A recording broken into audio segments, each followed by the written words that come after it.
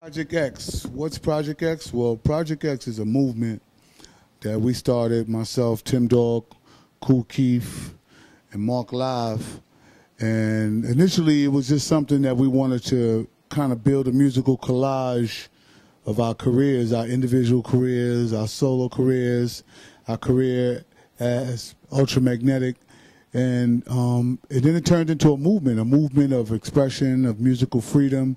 You know, the game has changed. You know, a lot of people ain't really spitting from the heart no more. They're doing prefabricated rap, you know. So Project X is that next thing, you know. So it started out with us. It could end up with you, the rest of the world. You could be on Project X. I mean, this is like the culmination of just the three individual styles that we have. You know, the production, the way that we all collaborated on making the music, the way that we collaborated, you know what I'm saying, with the lyrics. You know, we're not really about the, you know, the Venetian blinds look, the geek look. You know, we just came with the way that hip-hop intended it to be. You know, we not selling out. We not doing nothing that everybody wants to do. You know, we not, you know, dissing anybody that's trying to be different. But if you're trying to be something that you're not, you know, and be a nerd rapper, you guys know who you are. We're gonna come after you.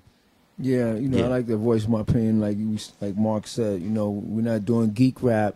You know, we're not doing hipster music. We're just doing straight music from straight raw, giving it to you straight raw. The industry cut that out. You know, it's no more cutting edge right there. We brought that back. So it's like what we're doing is bringing it back to the people the way they should hear it. Because, like you said, the music industry has took a toll right now. A lot of records are coming out. Albums are not properly made no more. You don't get a good 15 tracks. Everybody just, you know, worried about a single and maybe a ringtone. This ain't a ringtone album. You know, it's like a lot of groups are bound by what the media is telling them what's hot and what's not. You know, so we just felt like it was our responsibilities, you know, 20-year veterans in the game, to come back and let cats know, like, you know, music is your freedom. It's not your slavery, you know. So don't buy into the corporate world. Don't buy into what, you know, these so-called promoters are telling you. You know, do you. You know, make your music from your heart. Don't worry. Don't get concerned about a platinum record, because you can eat very well off 100,000 copies. Believe me. We've been building our careers on it, you know. So just focus more on what your music means for you and what kind of people you want to touch with your music. You know what I mean? So, you know, for me, music is freedom, not slavery. So any record label out there that's bounding you down, you know, any promoter, any radio station, you're dealing with all these politics to get your record heard, focus more on getting your record heard amongst the people that's feeling your type of music, and let that bubble up from there. Don't give up on your dream because you got that invisible wall in front of you. We can relate to it. You know, we're 20-year music veterans and we still go through it. You know, so, you know, just do you, think smart, you know, and build from there. It's like everybody want to be an artist right now. It's like eventually it's like ain't gonna be nobody in the audience, because everybody gonna be on stage, you know, which is cool. You know, if you want to be an artist, you should be allowed to express your talent. But the question is, do you have talent? You know, so I think one of the things I missed back in the day was the battle rap, you know, how you were real competitive, because, you know, people look at it like, oh, that was really unfair. Well, you know, life ain't fair, you know.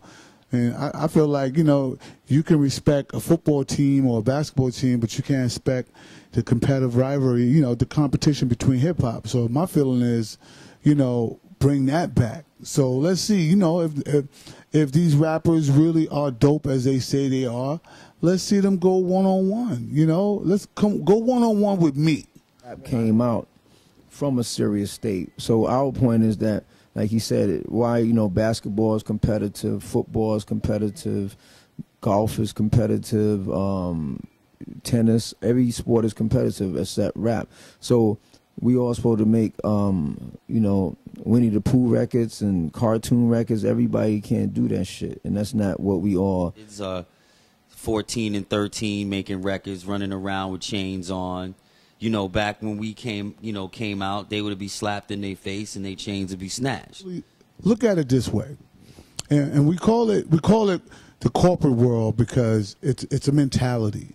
It's a mentality amongst people who really don't have the love or the care for hip-hop like we do. And we're not dissing y'all young kids. If y'all love hip-hop, good. But I want y'all to think about something. Think about all these corporate people. I'll give you an example. Think about the Rolling Stones. Now, look how old those guys are, right? Old enough. They're probably older than your parents.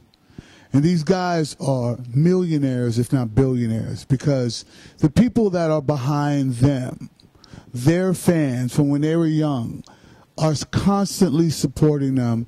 And corporate America and corporations around the world are constantly putting money behind them and giving them a vehicle and an outlet to perform for you and your parents and your grandparents and make money.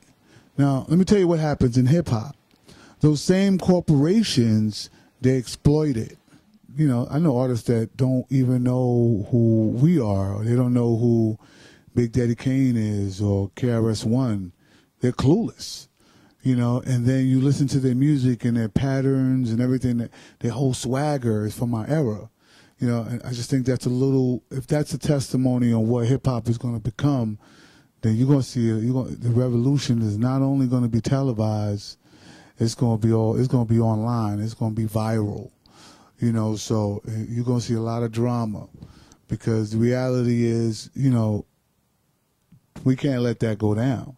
You know, this is life for people. You know, you might want to demoralize it and make it a fad.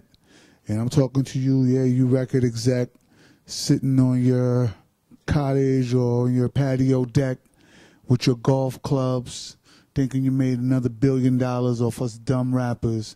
Believe me, your day has come. And I'm not Obama. I'm coming with the llama.